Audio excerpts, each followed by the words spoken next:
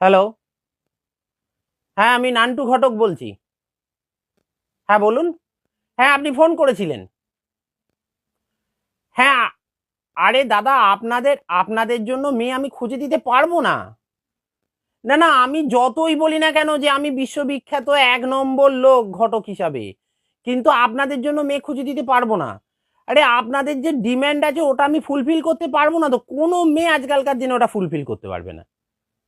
কি কিছু ডিমান্ড নেই? আপনারা বলেছেন আপনাদের খাট, বিছানা, আলমারি, টাকা পয়সা, সোনাদানা এসব লাগবে না, তাই তো?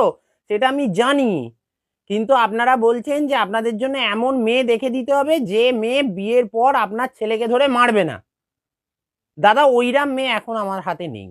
আমি গ্যারেন্টি দিতেই পারবো না। না, না, আপনার ছেলে একটু ভীতু, একটু লাজুক টাইপের, আমি বুঝতে পেরেছি। ওইসব ছেলের বিয়ে দেওয়ার কোনো দরকারই নেই। এখনকার দিনের মেয়েরা, না দাদা, ও মেয়ে আমার হাতে নেই।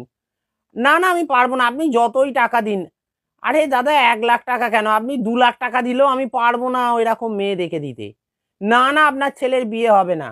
ও ডিমান্ড রাখলে হবে না। আপনি খাট, বিছানা, আলমারি, সোনা, গয়না, টাকা পয়সা যা চাইবেন মেয়েরা দিয়ে দেবে। না, কিন্তু মেয়ের বাবা গ্যারান্টি দিতে পারছে না। বলছে সেরকম সময় বিশেষে মেয়ে বাবাকেই পিটিয়ে দিয়েছে, তো বর তো কোন ছাড়। হবে না বিয়ে।